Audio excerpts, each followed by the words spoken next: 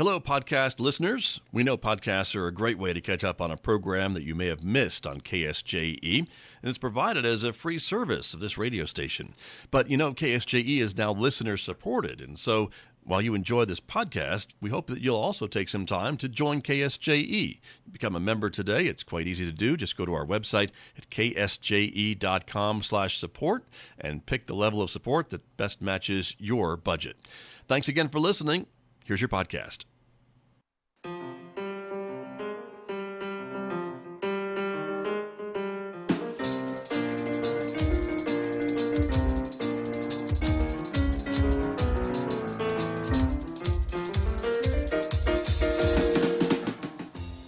10 minutes past 8 o'clock. It is Monday morning, the 14th day of April 2025. Good morning, everyone. I'm Scott Michlin. Thanks for tuning in to KSJE, 90.9 FM over the air right here in San Juan County, New Mexico. In Durango, Colorado, we broadcast at 103.3 FM. And if you're listening to my voice anywhere else on the planet, you've gone to our website to tune in. That's ksje.com.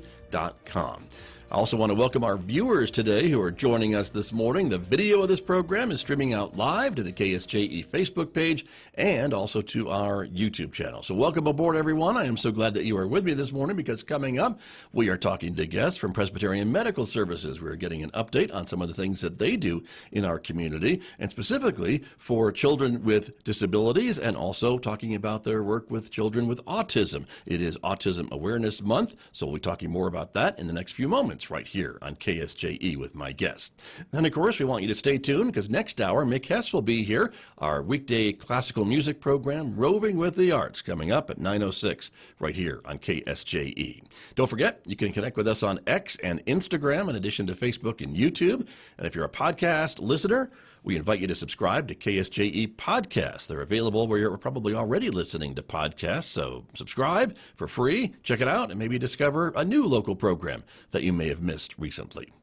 Outside our studios here at San Juan College, it is a partly sunny Monday morning, 48 degrees at the moment. We're expecting a partly cloudy day today with a high of 69 in Farmington, 51 overnight tonight, then tomorrow again, partly cloudy skies, 69 for a high tomorrow, 48 overnight, sunshine and 73 on Wednesday, 68 with those spring winds on Thursday, and then by Friday, partly sunny skies, the high again near 60 degrees, and then another chance of rain or snow showers just in time for the weekend. Oh, darn it, on Saturday with a high of 57. I'll be back with my guest and more right after this on KSJE. KSJE is supported by San Juan Regional Medical Center. The most important ingredients to sustaining health and wellness are the resources and tools that help you live a vibrant and healthy life. At San Juan Regional Medical Center, the goal is to promote health by making sure those resources are available. Find the path to the best life at lifebetterhere.com. San Juan Regional Medical Center. Better is our mission, improving lives through personalized health and care. Ahead, turn right. Isn't it nice to have a little help getting where you're going? Your destination is ahead and 300 feet. When navigating life's challenges, the San Juan County Navigation Center can help you with navigating housing, navigating transportation, navigating medical providers, and more. Learn more online at sjcnavigate.net or call 505-636-7110. The Navigation Center, connecting to resources, empowering lives. You have arrived at your destination. And back at Studio A with my guest this morning, as I mentioned, from Presbyterian Medical Services. Amanda Segobia is here this morning. She is the administrator of the Roundtree Developmental Services Program at PMS here in the San Juan County area. Amanda, good morning. Welcome back to KSJE. Thank you, Scott. Good morning. Good to have you here. And as a reminder to our viewers and listeners this morning, full disclosure, I am a member of the board of directors of PMS and proud to do that. So thank you for being here to talk a bit about the work that PMS does, especially your program, Roundtree Children's Developmental Services. And of course, April, as I mentioned, is, and you reminded me of that, Autism Awareness Month, correct? Yes, correct. Very good. So let's start with Roundtree and talk to me a bit about the overall program, because that is also what you are the administrator of. Right. So we provide early intervention services to children ages 0 to 3 that show any type of a developmental delay, established condition, or environmental risk. We first receive a referral from pediatricians in San Juan County. Parents can also refer to our program. We complete an evaluation, and then from there, if they qualify for our services with a 25% developmental delay or an established condition, then we provide an individualized family service plan. From there, we work with families and coach them with strategies to get their child to where they need to be to meet developmental milestones. And I have a team of wonderful therapists that work with them, occupational, physical, and speech therapists, along with developmental specialists that work with families and do a coaching model. Got you. And for children, and at the age group that you and your staff is working with, kind of discovering these things early is probably pretty important, right? To start that help, whatever the child may need at that really important developmental time in their lives? Yes, Scott. Children develop typically 0 to 3 years old is the main time that their brain is developing. Right. So it's very important that we come in and can intervene in the development and definitely try to make a difference with their learning abilities, the way that their motor skills, fine motor, gross motor skills are coming together, as well as speech communication. Right. Very good. And that then, I guess, sets them up probably better to start school at age 4 or 5, right? And those types of things too, if those things by age 3 are kind of discovered and able to be worked on. Right, right. We definitely give them a jump start. In addition to being in our program, we help them transition to a school setting. So we work with all the schools in San Juan County to ensure that they don't have a gap between the age of 3 to 5 when they Right. leave our program. Right. And if they would still have to have a developmental delay to qualify, or again the condition, but it has to be a disability that affects their learning to be able to transition to the school setting.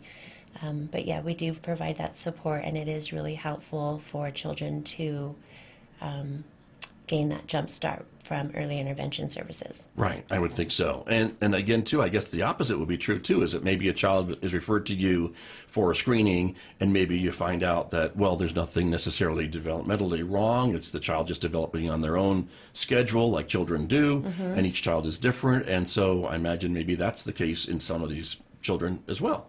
Right, right. And anybody can refer, and just for parents to have peace of mind and be Right. proactive. Everything is completely free for our program.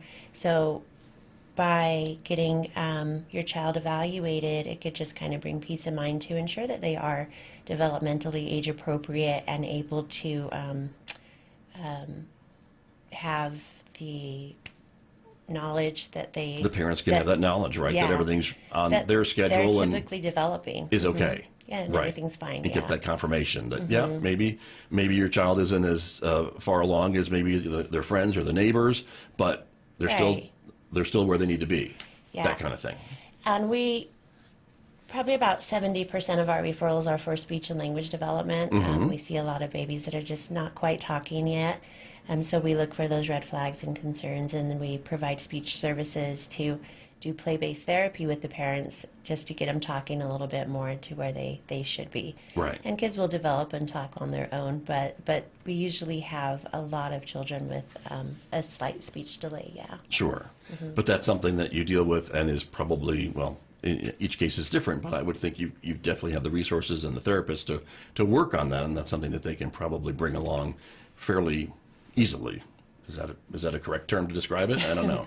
Yeah, we have in-person therapy services. We have an amazing team that are able to go into the home, which makes a difference compared Right.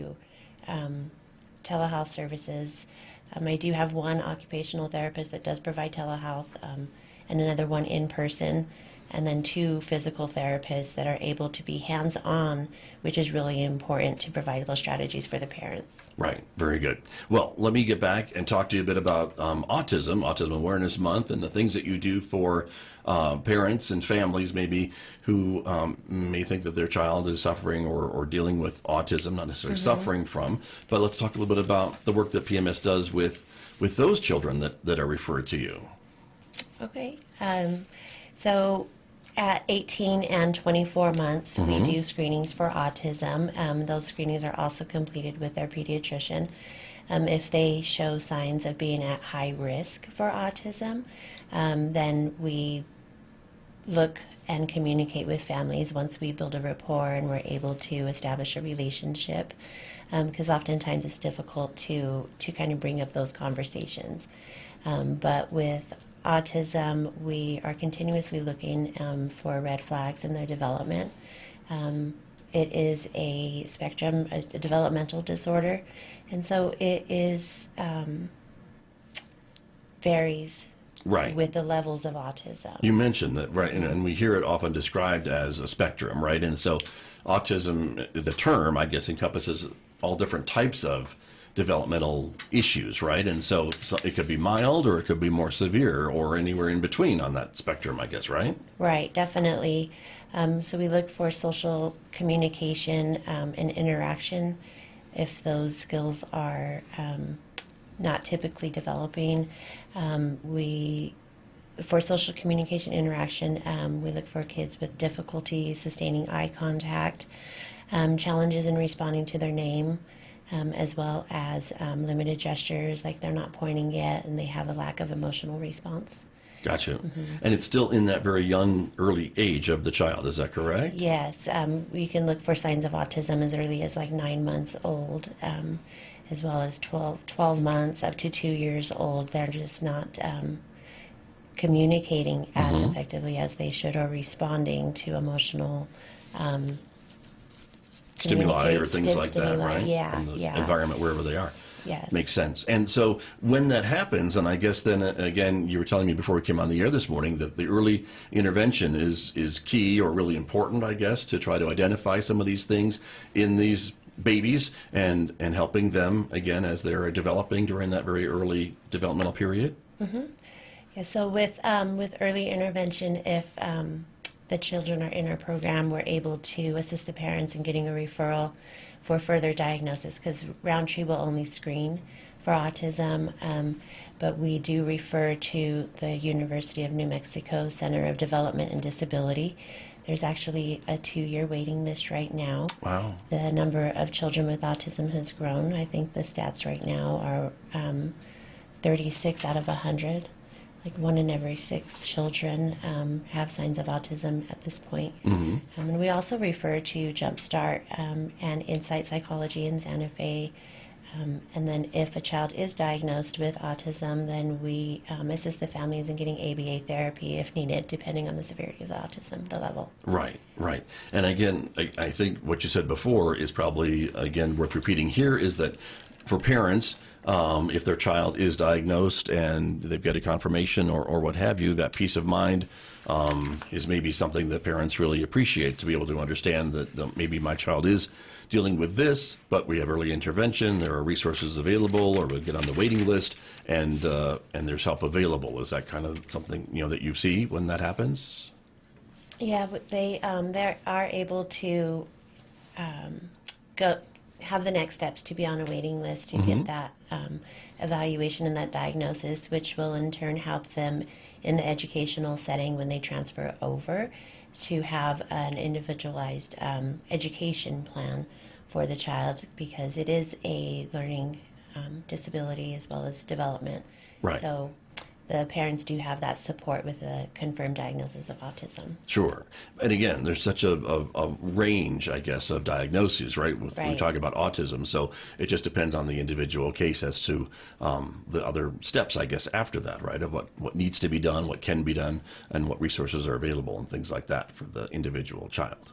And so that's important. And so, again, this is something that PMS does all the time on a referral, right? When someone comes to you or a family comes to you, in addition to the Roundtree services that we talked about as well, this autism screenings is something that PMS does for the community. Yes, whenever a child is in our program, we do screen for autism. Right. That's completed at, again, 18 and 24 months. But with providing early intervention services, we are consistently kind of monitoring and looking at the child in all developmental areas. Right. And so the scope of our services is to just ensure that they're meeting where they should be. Sure, right. As far as early intervention goes, and really supporting families and providing a lot of different strategies. Some things work for one child and some don't for the next. So we are, as our teams go in, we communicate and try to find the best focus for each unique child. Right, right. Can you give me some examples of some of the things that maybe would be proposed for treatment or for working with a family and their children or child? Yeah, so we provide the play-based therapy. For example, a child that isn't quite talking yet, we will give strategies to do a lot of repetition with the parents. Constant communication, offering choices. We can show the parents how to do sign language, and we will also give parents opportunities throughout the day to incorporate these strategies in their daily routines. So we want to work with them because we don't want to make anything harder than what they're already doing, because everyone is so busy out there that we try to incorporate strategies to what they're already doing. Sure. By just adding in a few different methods of the way that they could be doing it. Right. Yeah. But it sounds like to me that that you really work with parents. Parents are partners with you in whatever treatment plan, I guess, is decided upon, right? And so it's really important that the child gets some of that I guess, interaction when they're with you or with your program, with your therapist, but also when they're home. There are things that maybe mom and dad can reinforce and remind them and keep doing with them when they're not with the therapist. Is that kind of the idea? Yeah, it's definitely. We always say that we provide the tools for the parents, and we leave them with them to do the heavy lifting, to do the work. They know their child the best, definitely, and so we just give them some ideas and different opportunities to bring out their full potential and what they could be doing. But yeah, it's all parents. Parents are the key to making sure that their child is to interacting with their babies. So, and they know them the best and they love them the best. So we just come in and give a little bit of a little push and some different ideas to help them depending on the need of the child. Nice. But a team effort, really, Definitely. as well, Yeah, correct? yeah. And I guess, we say parents, but it could be grandparents, it could be guardians, it could be whomever is in charge or working on being that parental influence for that child, whomever it might be. You work with anybody. Definitely. Yeah. We look at it like every adult in that child's life is part of their plan.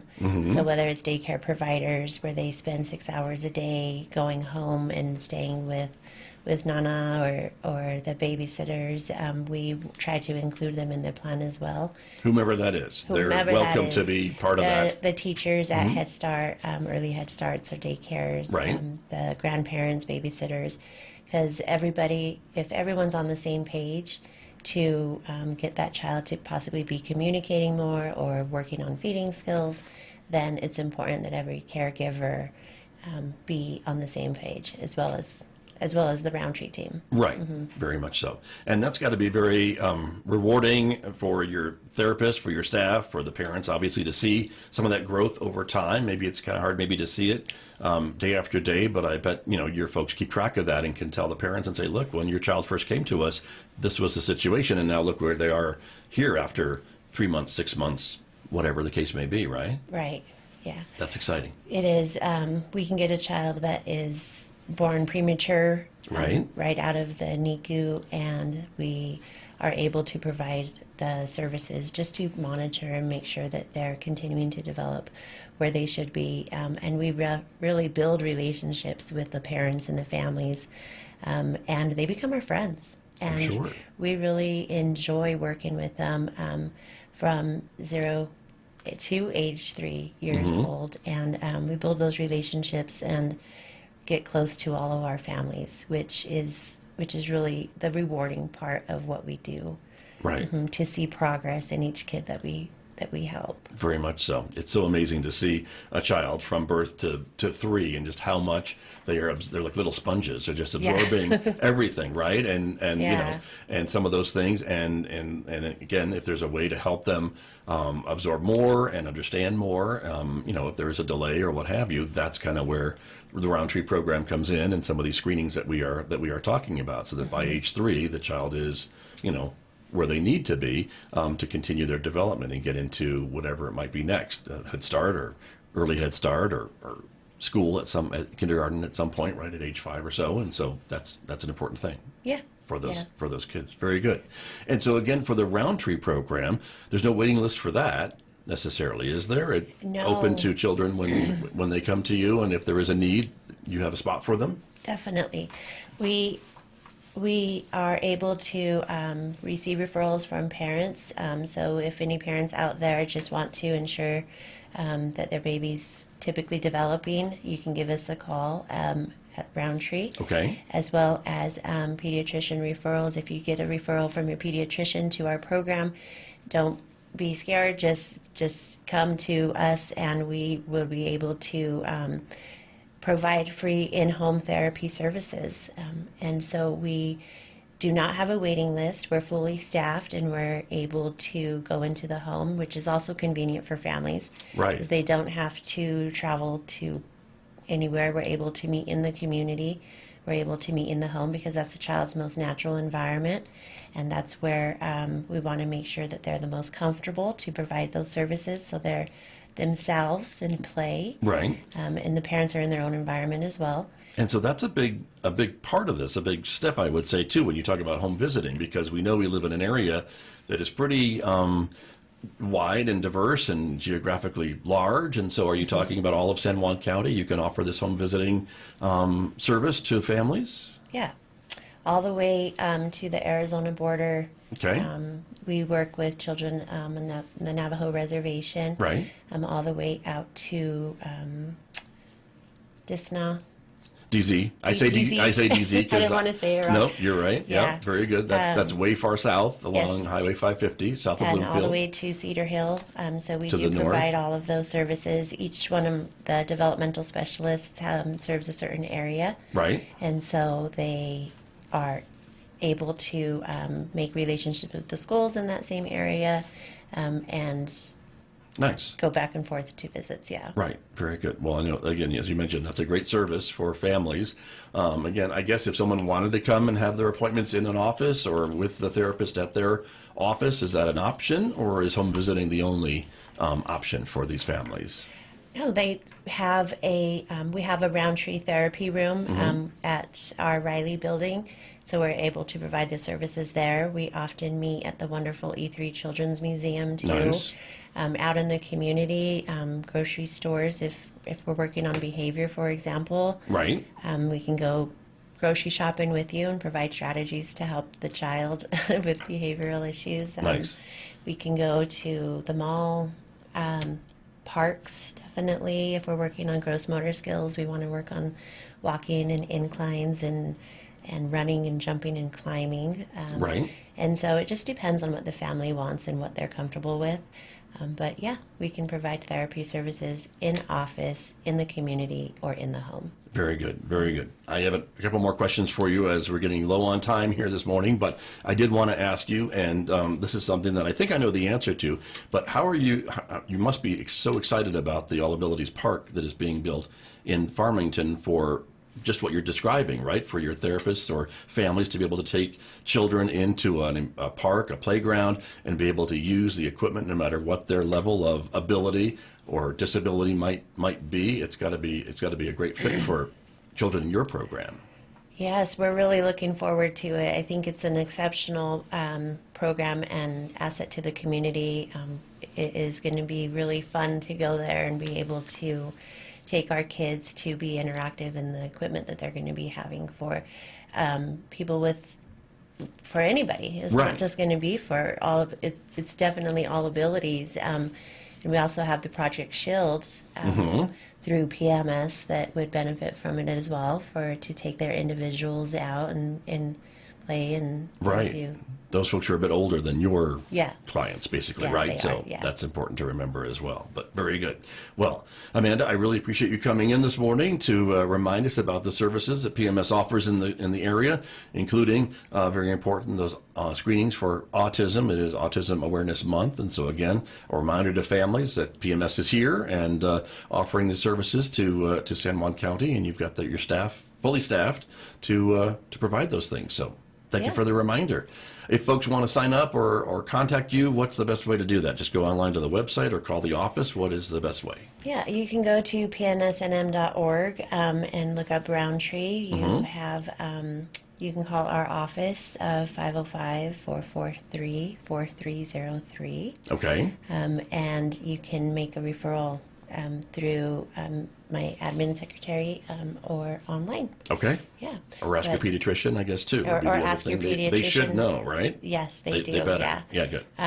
And again, anybody can make a referral. So if you have any type of concerns, even if you would just like some peace of mind and just make sure your baby's on track, then give us a call and we'd be happy to come out. My staff is amazing at working with people and all families, and we really enjoy building relationships and helping kiddos out here in the community, and we really look forward to building our program. That's great. Very good. Thanks.